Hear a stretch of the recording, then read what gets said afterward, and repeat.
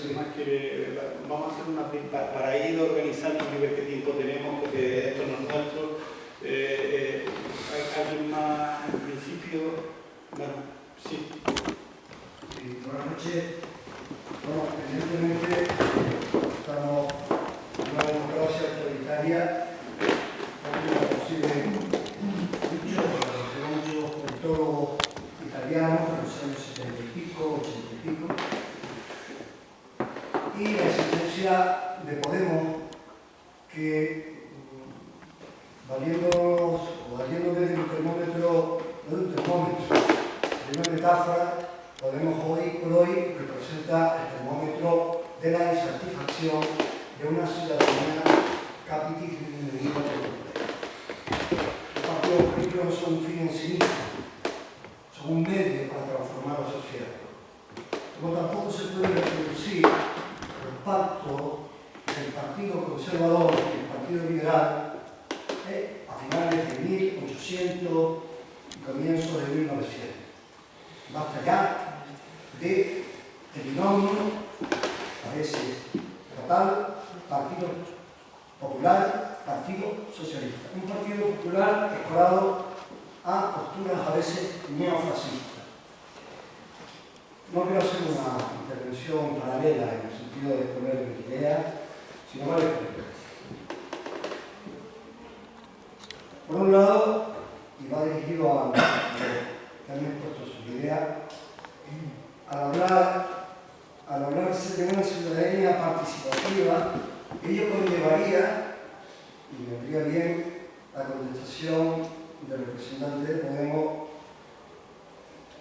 la existencia de mecanismos de democracia directa, que habiliten la democracia directa, que no se juegue con la cosificación de las palabras y que las palabras queden convertidas en meros signos ortográficos.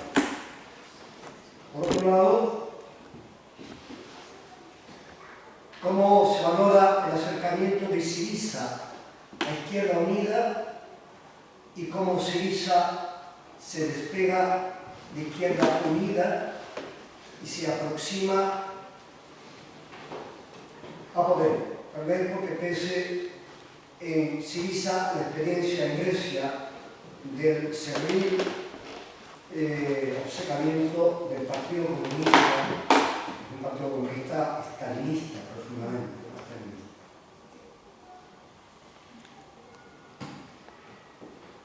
Una cuestión importante: en los procesos electorales, tras la victoria de los partidos políticos, hay un enorme ambiente de militantes, afiliados.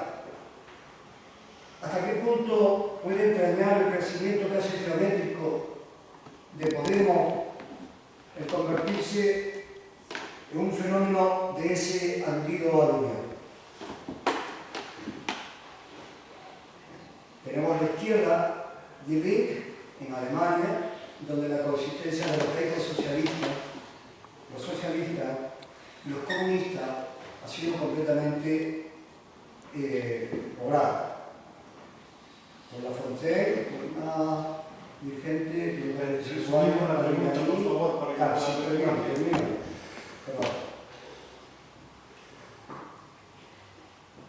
Ayer ya Libertad Digital, un periódico digital muy cercano a PP, prácticamente pedía la cabeza de Rajoy. De hecho, hay una enorme pugna por el poder en algunos sectores del PP. Y para terminar,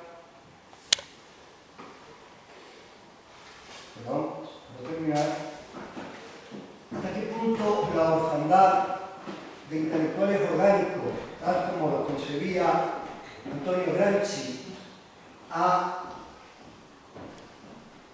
definido mal o bien, incluso ha desmarcado, no de una manera dogmática, sino dialéctica, la vida de los partidos políticos? No hablo de sumos sacerdotes o popos.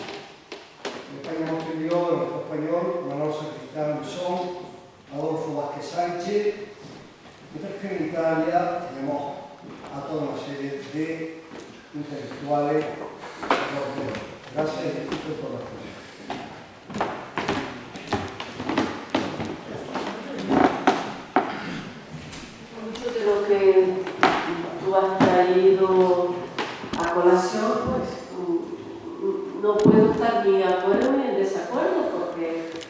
son aproximaciones que se han producido dentro de la izquierda, por ejemplo, Syriza primero Izquierda Unida, luego distanciamiento de Syriza y luego acercamiento a Podemos, que la crisis de los partidos tiene mucho que ver también con la carencia evidente de un aparato teórico que pudiera reflexionar sobre la realidad.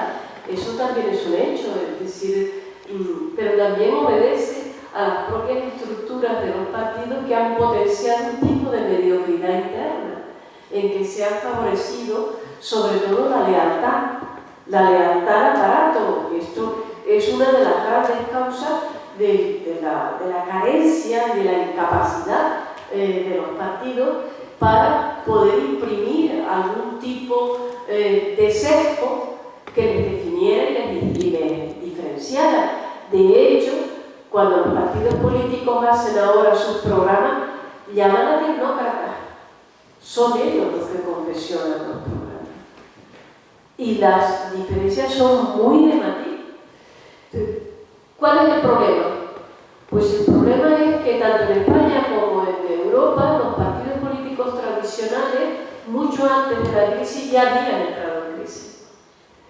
Solo que vivían en una inercia.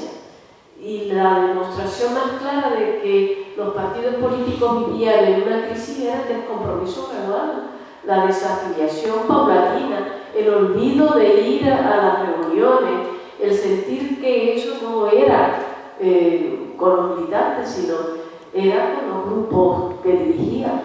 De manera que estamos en una situación de cambio. Yo no me atrevería a decir que el cambio es bueno o es malo, porque tampoco se trata de eso. Lo que sí es verdad es que estamos en una situación de cambio y que esta situación de cambio va a cambiar totalmente los parámetros del bipartidismo, de un hecho, pero yo no olvidaría que lo que va a cambiar son los propios aparatos partidarios en el conjunto de Europa.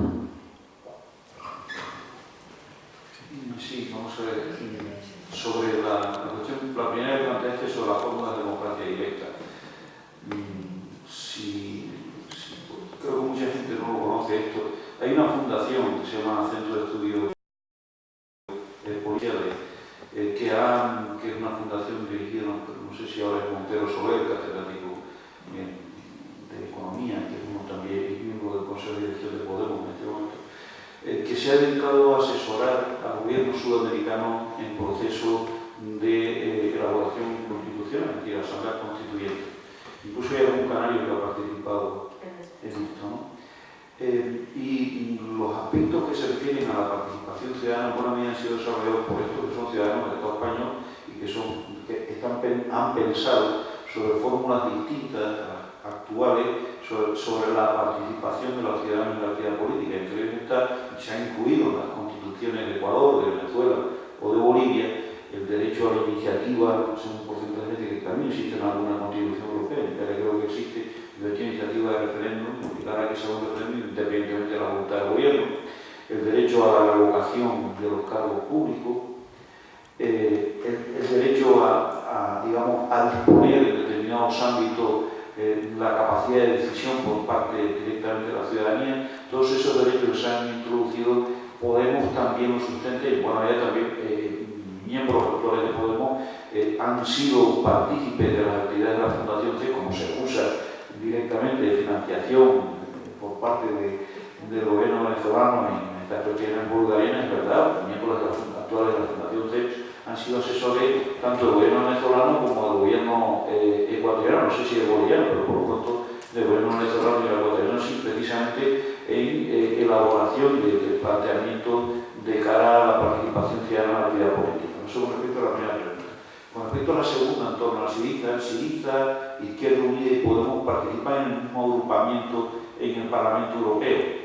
Antes de que existiese Podemos, pues Syriza tenía relaciones de buena vecindad, o como se llame, con Izquierda Unida. Después que aparece Podemos, Syriza también tiene relaciones con Podemos, entra dentro de la lógica.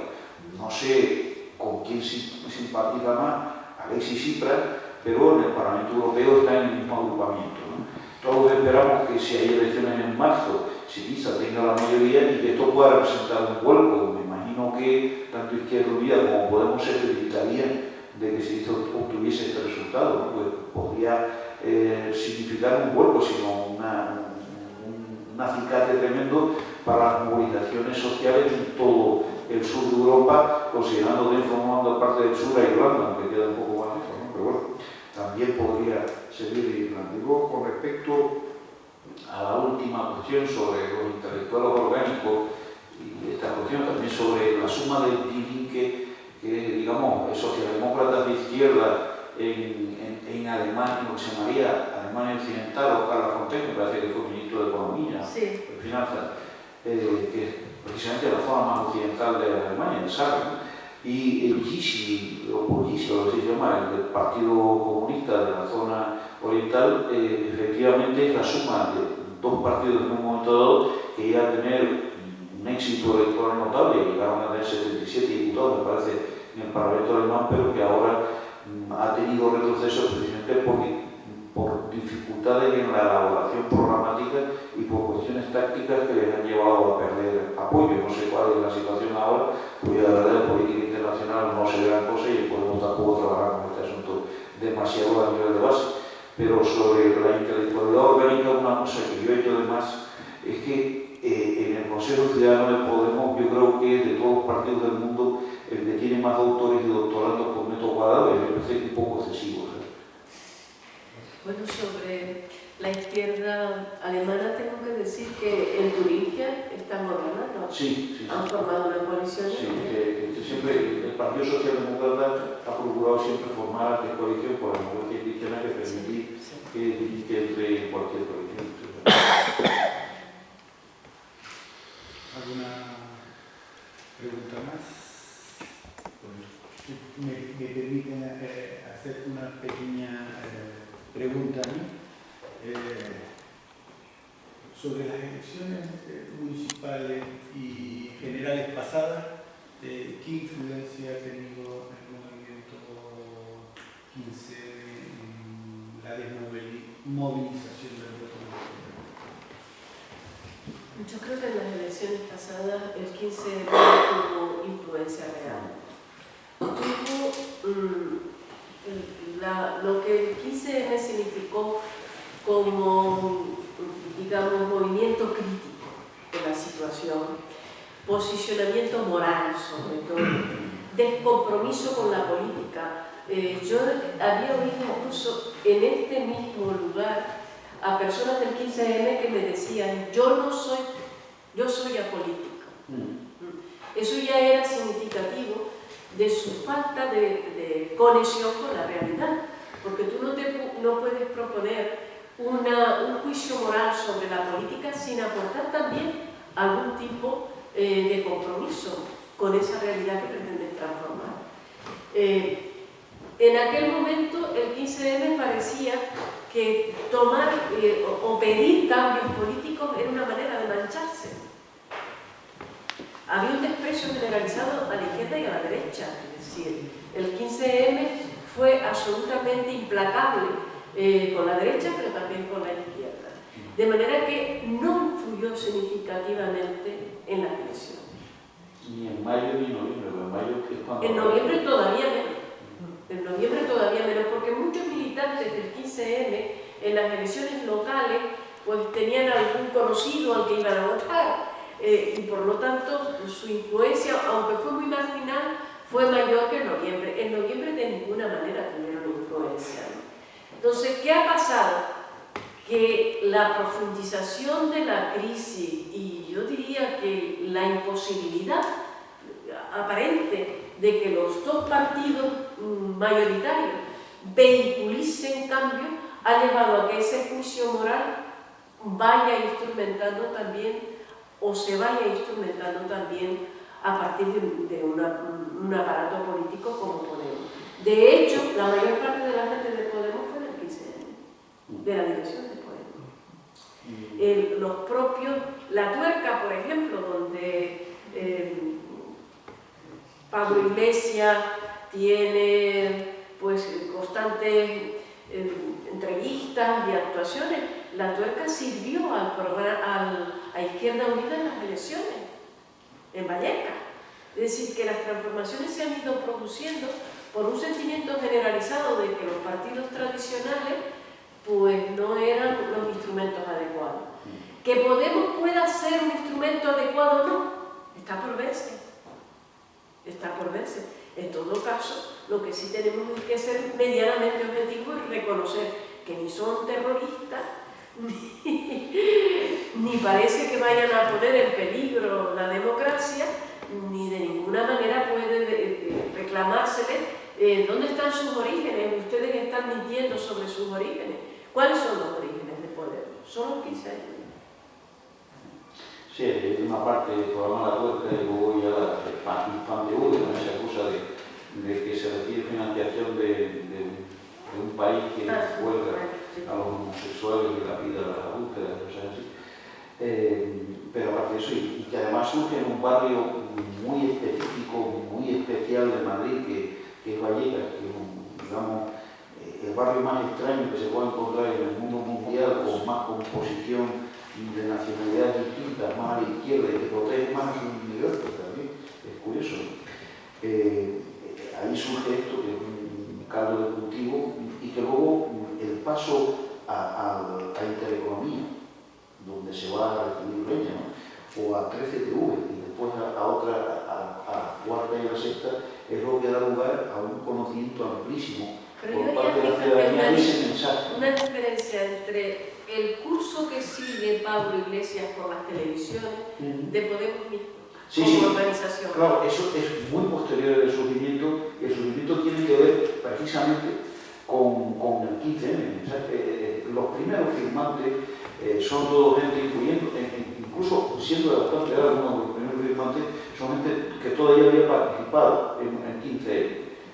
Por ejemplo, el Círculo de Economía del 15M, que se reunía en no sé qué parque en Madrid, estaba formado todo por titulados universitarios, bueno, por lo menos los que llevaban el círculo, por titulados universitarios como Daniel Albarracín, o Guillermo de Medialdea, o Nacho Álvarez, o Manolo Garí, que todos son precisamente de una trayectoria política muy larga que proceden de la extrema, por decirlo de alguna manera, de la extrema izquierda bajo el franquismo. Varios de ellos militaron en Felipe, por el grupo comunista, o luego fueron fundadores de la LCR. Toda esa gente es una especie de aglutinante que ayudan a la construcción de Podemos, ¿no? Y como es una educación, Y grande. Bueno, yo he estado oyendo aquí esta noche la comparación de Podemos con Syriza griego, pero no sé si tiene alguna más similitud con el movimiento que en su día encabezó en Italia Beppe Grillo y su empecinamiento de no pactar con ningún partido y a las consecuencias que eso tuvo. ¿Podría pasar algo así con Podemos aquí también? no creo. El partido con Syriza no es tanto. Una cosa es que haya parecido el planteamiento programático, pero el surgimiento de Syriza es, digamos, una coalición de partidos en un momento dado que luego se convierte por sí mismo en partido y que luego tiene un ascenso fulgurante antes de convertirse en partido y ahora va a mantener sus expectativas electorales y hoy aparece como la primera fuerza política en Grecia en las encuestas, ¿no? El caso de Pellegrini es parecido, creo que está en el hecho de que responde también a una indignación masiva y que hay un personaje que aglutina que es muy conocido en toda Italia. Pero en Podemos lo que se plantea es, en primer lugar, nos presentamos a las autonómicas y a las municipales de una forma y a las autonómicas de otra con la intención de ir hacia las generales y ganar. Y lo que se plantea es, con el PSOE veremos si pacta con nosotros o pacta con el PP para ver a quién se da mayoría. No se dice que no se pueda pactar en modo alguno con otra formación, ni con el PSOE, ni con la Izquierda Unida, ni con formaciones en nacionalidades. No se ha dicho, en ningún caso. Otra cosa que sí se dice es que como Podemos se va a participar directamente en la autonómica y se va a participar directamente en las generales sin posiblemente pactos previos. Yo quería de todas maneras decirte algo sobre el recorrido de Podemos y de 5 Estrellas, porque 5 Estrellas, que sobre todo pivota en torno a la personalidad de Beppe Grillo, que es además un hombre muy popular en Italia, es un movimiento antipolítico. Lo que pretende ese movimiento es acabar con la política como fuente de todos los males, mientras que Podemos no es antipolítico. Evidentemente, Becker Grillo también propugna la democratización, incluso la democracia directa, pero es sobre todo antipolítico. No es que quiera reformular la política, está en contra de la política. La política, dice Becker Grillo, es el comienzo de toda corrupción. Entonces, esto lo ha dicho literalmente, que ha salido reiteradamente en la prensa. Mientras que Podemos lo que pretende es reformular la política, hacer otra política. Vamos a ver qué puede pasar. Bueno, agradecer una vez más al Ateneo dejarnos a nuestra disposición este magnífico local. A Domingo y a Domingo por su magnífica intervención y a todos los presentes, espero que hayan salido tan satisfechos como yo de ella.